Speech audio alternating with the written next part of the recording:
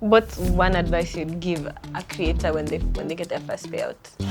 Just blow it, honestly. Come on. Yeah. Spend it to advance your craft, or you don't even have to really spend it. You can save it towards maybe getting equipment, etc. Right? So what's one thing you would tell yourself if you met yourself 6 years ago?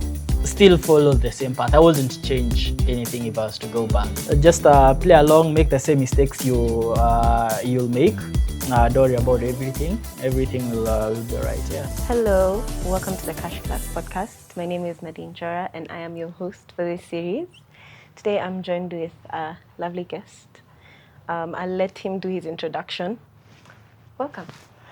Thank you so much, Nadine. It's a pleasure to be here. So yeah, my name is Flynn, the co-founder of Creasanaa, and I'm here to share my story and help upcoming builders, maybe young people looking to get in business, finances, etc. Just here to share like what I've experienced, what I've been through, and if there's one thing or two that they can grab, then I'm sure it will definitely help them along the way. Yeah. That's amazing. So you Thank say you're you. the co-founder of Creasanaa. Yes. What is Creasanaa? Creasanaa is a software as a service platform where we allow businesses to work with content creators and influencers and produce authentic content at scale, etc. Yeah. Okay. So seeing that you work with creatives in the industry, okay, so you basically know how much or how a creator makes their money. What's one mistake you notice creators doing with their first payout? I wouldn't first payout most of the times will if not just from you see like how you can know a friend or you just meet someone and they're like, oh, do this business, like promote this for me, post this for me, and I'll give you whatever amount you agree on. I wouldn't call it a mistake that they do, but the first payout, almost everyone spends and squanders their first payout. Yeah, I wouldn't really call it a mistake. I just call it part of the earning journey. Yeah. What's one advice you'd give a creator when they get their first payout? Just blow it, honestly. Come on. Yeah, because so spend it to advance your craft. Maybe is what I'd say. Yeah. So if you're looking to get equipment or you don't even have to really spend it, you can save it towards maybe getting equipment, etc. Right? So you don't really have to spend it there. You can put it into something that advances your content journey. Yeah, but if you're already in a good place to start, maybe you have a good phone that you record with, maybe you have a good tripod, good lights, whatever, and maybe you had invested before you started making content and you already bought them. Yeah, just spend. Yeah. Honestly, yeah. Okay. Just spend. Yeah, that's the only way you get to learn. Spend in your craft. Spend in your craft. Yeah. Okay, so why creatives? Why did you choose to start a business in the creative industry? Creasanaa wasn't my first rodeo in the creative space. Oh, really? Yeah. Tell me more. Yes, but before I do, I'll just throw in something there and then you can catch up to it later. But Creasanaa actually happened by accident, but a beautiful accident. Okay. Yeah, so backstory. Started business immediately I left high school. So yeah. Uni? Yes, I joined uni. Okay. But this was the transition period after one finishes high school before you join campus, etc. Yeah, so I started quite early. I remember I used to sell tea leaves in our estate door to door. My mom would come with a lot of tea leaves from Karatina, that's where Shags is. Yeah. Yeah, and so I'd go sell them door to door. So that's when I started business, or my first experience in business. And then after that, I started supplying unga to a local shop that was there, more of a store, a supermarket sort Okay. of, yeah, like those neighborhood marts, yeah. Okay. Yeah, so I just I went to like a posho mill out of Kusiaga unga. Yeah, and so I was like, I can buy from you in bulk and then I can go sell somewhere. So so I went talked to the owner of the store, of the supermarket. Yeah, sure, you can give it a try. Yeah, and so that's how that was my second venture. Okay. Very amateur, but a lot of learning. Yes, Yes. definitely. Yeah. Yeah, so I did that. I only supplied once. Yeah. Okay. Yeah, and then after that, because after that now there were a lot of costs needed, like packaging costs, that you need, distribution and all that. Yeah, so I didn't do it again, but and then at that time, my sister was starting a digital marketing agency. Yeah, so she'd just flown in from China. She used to work and live in China. Okay. So yeah, so she had just come back after COVID. Uh, so yeah, so I got to intern, so because it was just now me and her and a small team. So yeah, just got to intern there. Majored in social media management, etc.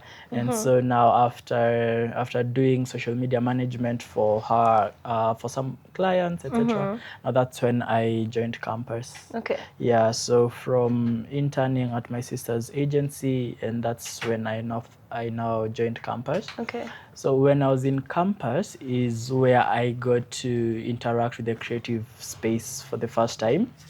And so what happened is that I took my social media management skills and I started freelancing for the businesses around campus.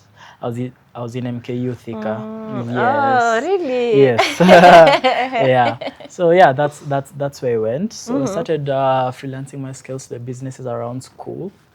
And so what happened is that sometimes they'd ask for a few influencers, quote unquote, that were popping up at the time, etc., to come and maybe do promotions for them, etc. And so now that's when I began interacting with content creators slash influencers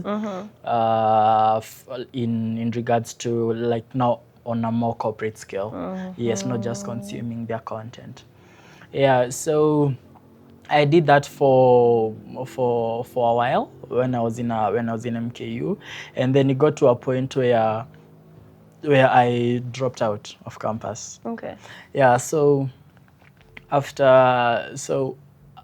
immediately after I started interning at my sister's marketing agency, I started an e-commerce business at the same time, right? So when I got into campus, I now went fully into it. So I joined campus, and now I'm fully on my commerce business. And so it was doing pretty well, because I remember that time, that was when Bluetooth earphones were coming into the Kenyan market and were penetrating very well. And so at some point I used to supply most of the Bluetooth earphones in MKU Thika at some point. Oh, okay. Yes. That's so cool. Yes. So so got to a point where I'm in class. Imagine a young dude, no responsibilities, no major bills to pay. 70,000-80,000 a month was some good amount of money, right? That's true. Yeah, so I didn't see the need of school. Okay. And so yeah, I dropped out. And so once I dropped out, there's a point where I've dropped out and moved away from MKU Thika, and that's where most of my market was. So more players start coming in, things start changing, and so I'm not making as much money, and yeah, the revenue keeps going down. So what happens at some point, I end up losing, like, the whole business flops, nothing really, right? But remember when at some point I used to work with the businesses around school, so I still have some contacts with the influencers and content creators we were working with. Yeah. Yeah, so yeah, then now I get to start managing some of the influencers and content creators. And so that way, so 1 creator, 2 creators, 3 creators on board, 4 creators on board, and so now I started an influencer management and marketing agency. Yeah, and so that's how I got into the creative space. And the management agency was my first rodeo to work with creatives, etc. Yes, manage them and all that. Yeah. No, here you are now. Yeah, yeah, here I am. Yeah. That's actually very cool. You've had the hustler mentality since high school, and it's brought you Yeah. till here. And now you've also seen that there's a way you can also transmit this to other people to also get jobs and hustle to reach where they want to reach. That's very cool. So you have this platform. Yeah. You get creatives. Yes. But now you can't get creatives without a job market. So how did you attract clients to your product? So Creasanaa operates at a very unique intersection of being a marketplace model. So with any marketplace, one very important thing is that you have to have demand before you have to have supply before you can look for demand. Yeah, a good example are also the founders of Airbnb. When they were starting out, they actually had to go and take photos of the houses themselves, post on their platform, etc. So that exactly, yeah, so that they can have supply on the platform. Yeah, so what we initially did was we started talking to creators. So on Instagram, we would DM creators like, hey, we are launching this platform, etc. We would like you to onboard as we get to test out and launch the platform. Yeah, so it was purely through Instagram DMs in the beginning, purely through Instagram DMs, and founder-led content. Yeah, one of my partners, JB, was really good at that. Yes. For someone who doesn't know founder-led content, how could you explain that to them? Founder-led content is documenting the journey of the building process. Yes. Yeah, so that's founder-led content. So it gets to show people the raw behind the scenes of how starting is, how business is, etc. And people are drawn to that version of things, the super polished version of things. Yeah, the raw, unfiltered, unedited. You go, you have a bad day, you're like, damn guys, today went out and this happened, right? This went wrong, etc.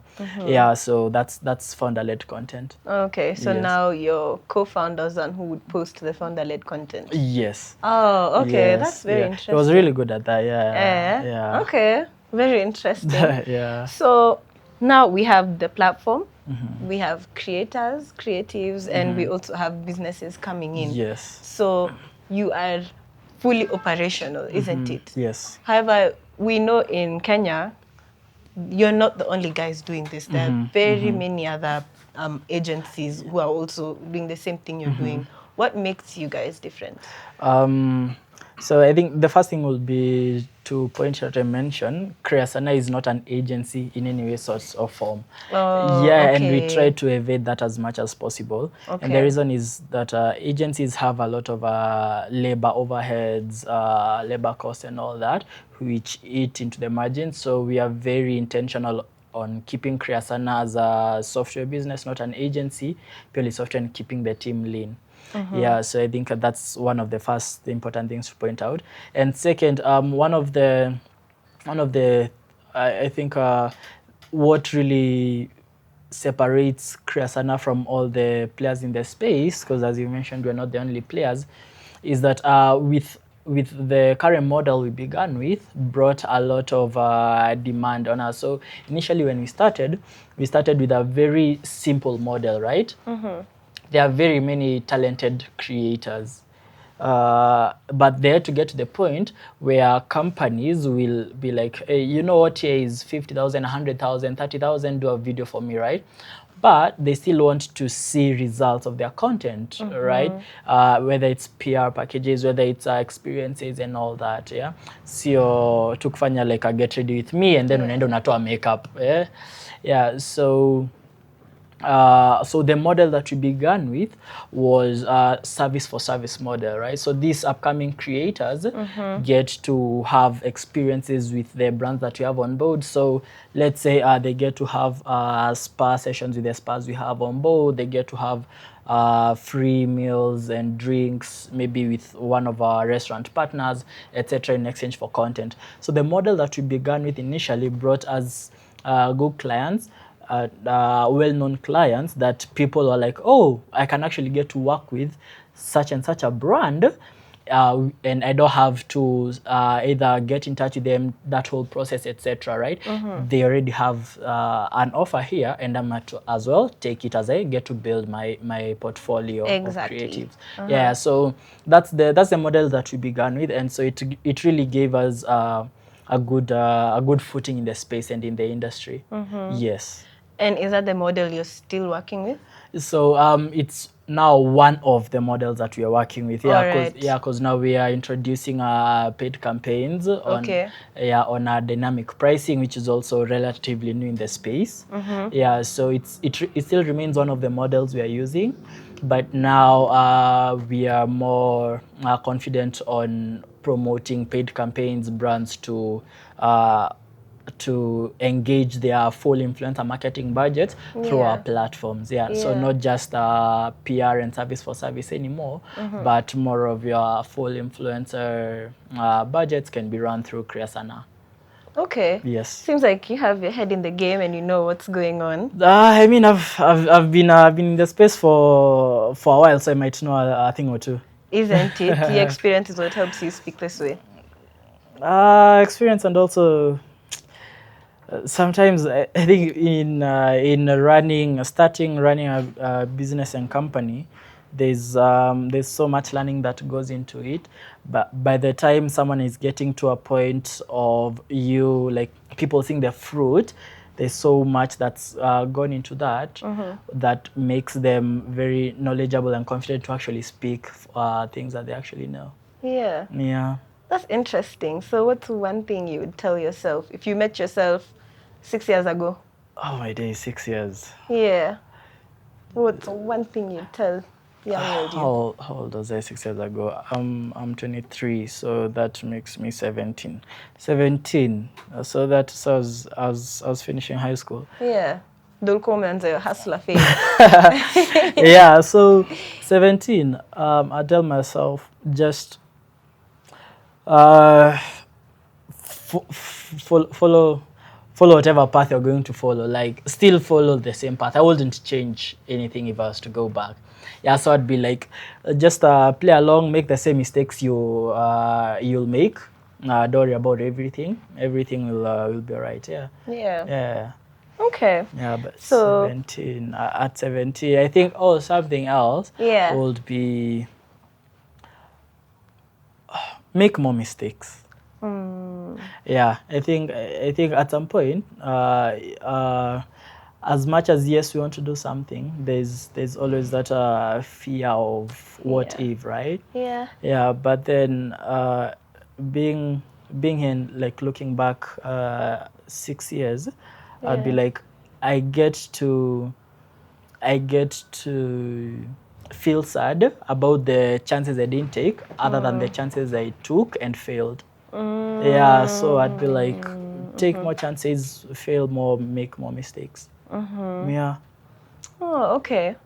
I've noticed one thing in the creative industry. It's more female dominated compared to men, you know? Yeah. Why? Do you have a reason why that could be? Still a mystery we are yet to uncover in the industry. You don't have any conspiracy theory? Nah, not at all. Yeah. Would you encourage men to be in the industry more? Yes, 100%. We need more men in this space. Yeah. Yeah, Yeah, so I'd of course encourage more men to try the space. Yeah, more men to engage in the space. Even if they're not in front of the camera, they can be behind the scenes, like I was maybe managing creatives or whatever it is. Yeah, just get involved in the space. Yes. Is there money to be made in this space? There's a reason I'm here. Fair enough. Yeah, I mean, there's a reason I'm here. Yeah, so there's definitely money to be made if you position yourself well and know what you're offering. Then yes, there's definitely money to be made. Money is almost made everywhere there's value. Wherever there's value, money is made. Yeah, so if you can give value, then yes, you can earn a living. Yeah. I agree. So let me give you a scenario. We have a creator here. She earns, let's say he now, because I'm more male in this space. So he earns 120,000 per month through content. How would you advise this creator to budget and manage his funds? 120,000 for creators. So the creators really invest a lot in their craft. A lot. Like being a creator and earning 120,000 and being employed and earning the same amount is two totally different things. Yeah, a creator will get the 120. They have to do shoots, they have to pay for makeup artists, they have to pay for studio sessions, they have to pay for a lot of things. So you find almost half of it is going back in their craft. Yes. They are left with less than half to actually, right? So with 120,000, I'd investment into your craft until maybe you get to 250, 200, then maybe you can start setting aside money to be more extravagant with lifestyle, etc. All right, but at 120, I'd say even if you're being extravagant, make sure it applies back into your content. Like there's one thing I saw. So one of my friends, Chiche, real Chiche, most you've probably heard of him. Yeah, he does interviews on the streets, etc. Yeah. Yeah, so there's a time they went to Diani with a few content creators, right? And that might have been a trip, right? Yeah. But they went there to make content, yeah, with a bunch of content creators. So as much as they're being extravagant, if you may say, it's tying back into their content, right? So at 120,000, just make sure whatever you're doing gets to feed into your craft, into your journey, literally everything.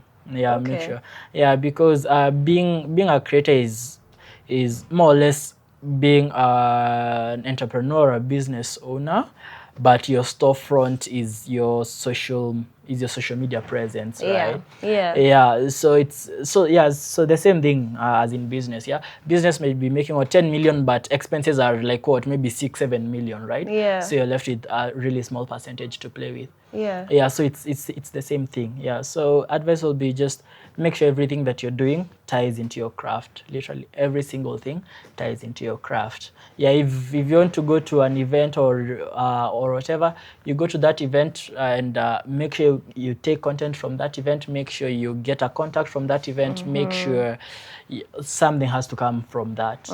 Yes, I agree. I definitely agree. Exactly. So now for you as Flynn, yeah, what's one money hack that you can almost swear by? I'm not the best when it comes to managing finances. Yeah, one of the always one of the best money hacks.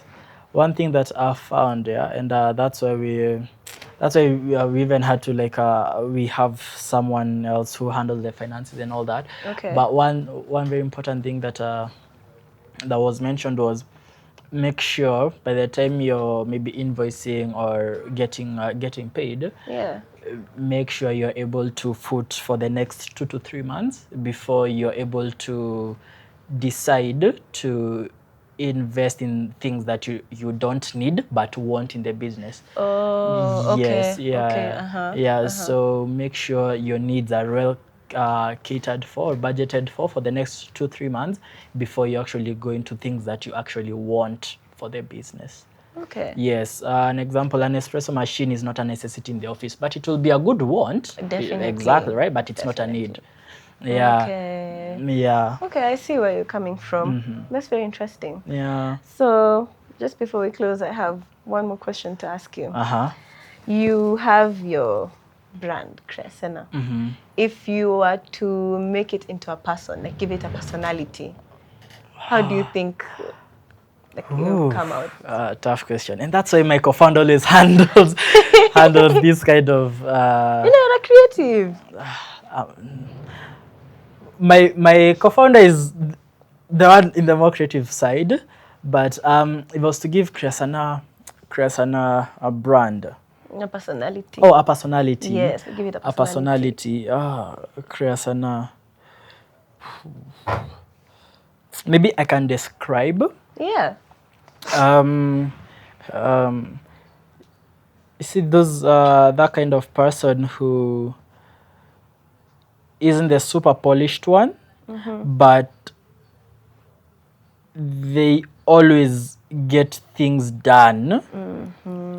Either like things can require things to be messy, but they need to get things done. If things have to be done manually, whatever needs to be done, they do. That's what I'd say Creasanaa is. Yeah, that's the personality I'd give Creasanaa, and it very closely ties with the founders, yeah, because whenever you're like running a startup, the business or the soul of the business and the personality of the business is honestly the founders and the people behind the business, right? Yeah.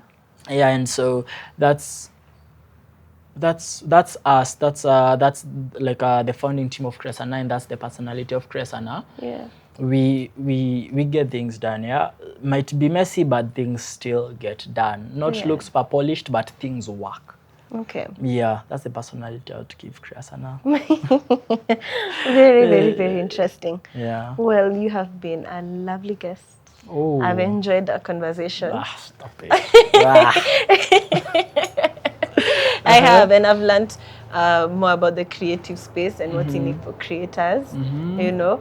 And I hope we'll be able to interact further more on this. For sure. Definitely. Yeah, anytime. I'm more than happy to get to share more insights about maybe experience or whatever in maybe next episodes or whatever. Yeah, it's always a joy to share like the journey one has been, so that you get to impact other people. Yeah. Yeah. So for creatives who are watching this, how can they sign up to your product? On our platform, on our software. So go to creasanaa.com. So that's CREASANAA.com, and then just if you're a creator, click apply as a creator, and then just fill out the form, and our team gets to vet the application, and you start working with some of the most amazing brands in the country, East Africa, and even Africa. Yeah, we have creators in several African countries. That's amazing. And we'll soon be launching in other countries as well. Yeah. Oh, that's so cool. Yeah, so that's something we actually working on currently. Yeah. Yeah. How about your socials? Where can people reach out to you from? Same name, Creasanaa. CREASANAA.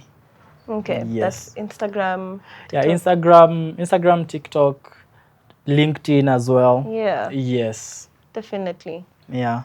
It's been a pleasure. It's been a pleasure too. Thank you so much for having me, and definitely looking forward to being here again. Yeah. Thank you. You're welcome. Thank you.